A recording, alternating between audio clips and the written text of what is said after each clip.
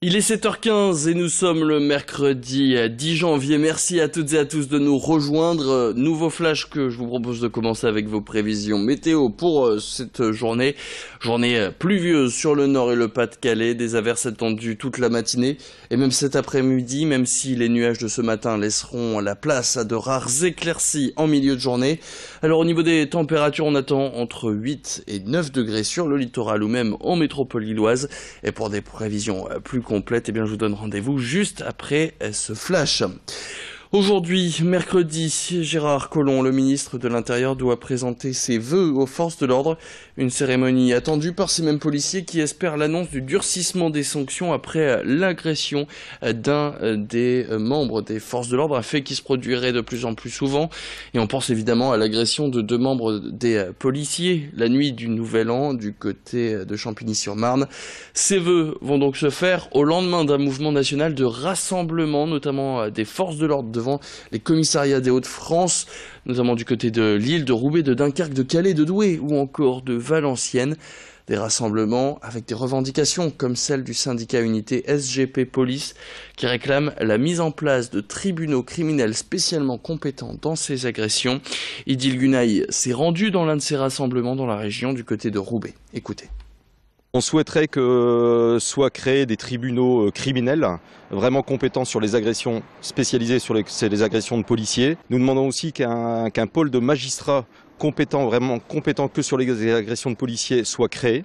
On souhaite aussi que l'ensemble des peines, c'est-à-dire que dès qu'il y a une agression de policier, qu'il y a une peine exemplaire qui soit donnée et que la peine soit effectuée. Et pas, pas comme là des aménagements, etc. Il faut que la peine soit effectuée.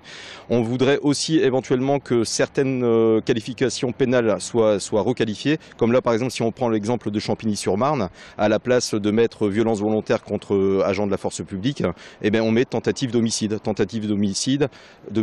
Là c'est la cour d'assises et là les peines sont beaucoup plus importantes. Dans cette nouvelle édition, on revient sur la nouvelle hausse du prix du carburant. En France, au 1er janvier dernier, plus 10 centimes d'euros par litre pour le diesel, 6 centimes de plus pour le sans-plomb.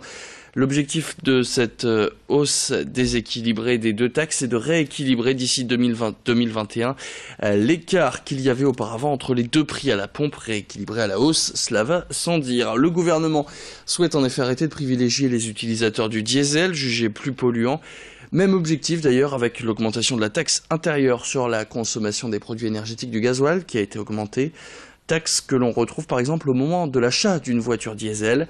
Des voitures qui seront plus chères, un carburant qui d'ici 3 ans sera au même prix que l'essence. Du coup, est-ce que ça vaut toujours le coup d'investir dans une voiture qui roule au gasoil alors que de plus en plus d'alternatives existent, comme par exemple l'éthanol ou dans une autre mesure l'électrique qui se développe? Alors pour le savoir, on s'est rendu chez un concessionnaire de la région, Philippe Dujardin. Il semblerait que le diesel bashing ne fonctionne pas à tous les coups. Écoutez. Sur les petites citadines et sur les véhicules de petite cylindrée, il y a clairement une orientation sur l'essence. Et aujourd'hui, le marché de l'essence sur ces véhicules-là est largement supérieur, environ 70% d'essence. Sur les autres véhicules, c'est beaucoup moins clair, puisque même s'il y a une conscience particulière des clients pour acheter de l'essence, suite à aux communications qui sont faites et parfois à certaines mesures qui sont en attente pour interdire les diesels dans les grandes villes, on reste toujours sur une taxation supérieure de l'essence au niveau des malus à puissance équivalente. Donc la conscience parfois s'arrête aussi au porte-monnaie des consommateurs. Alors aujourd'hui clairement, oui, notamment sur les véhicules un peu plus haut de gamme, il y a une vraie demande sur l'hybride rechargeable, puisqu'il y a plusieurs types d'hybridation. Et l'hybride rechargeable permet effectivement d'avoir une efficience et des taux de CO2 très très bas, avec des performances tout à fait intéressantes. Et aujourd'hui, effectivement, il y a une vraie tendance et une vraie demande là-dessus chez l'ensemble des constructeurs de marque premium en tout cas. Et puisqu'on parle voiture, sachez qu'hier, le Premier ministre Édouard Philippe a officialisé l'abaissement de la vitesse sur les routes secondaires de 90 à 80 km/h et ce dès le 1er juillet prochain. Autre réforme qui a été annoncée, la possible perte de son permis en cas d'utilisation de téléphone au volant et durcissement de sanctions. Et puis du sport automobile, donc les Français qui font carton plein sur le Dakar après la 4e étape hier en voiture, Sébastien Loeb et Stéphane Pédel Peter Ancel domine le classement. Et du côté moto, c'est l'Audemarois Adrien Van Beveren qui est en tête après sa victoire d'étape donc hier sur cette course du Dakar. Carton plein pour l'instant des Français. Enfin, on termine avec l'épiphanie. C'est passé, c'était samedi dernier.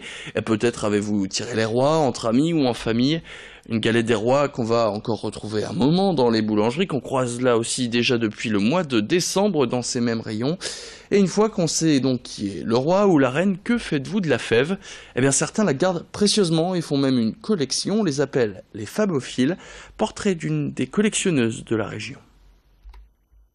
Voilà 20 ans que Marie-Claire Herbert collectionne des fèves. Dans ses tiroirs, il y en a pour tous les goûts, de la plus commune à la plus rare et de la plus classique à la plus originale.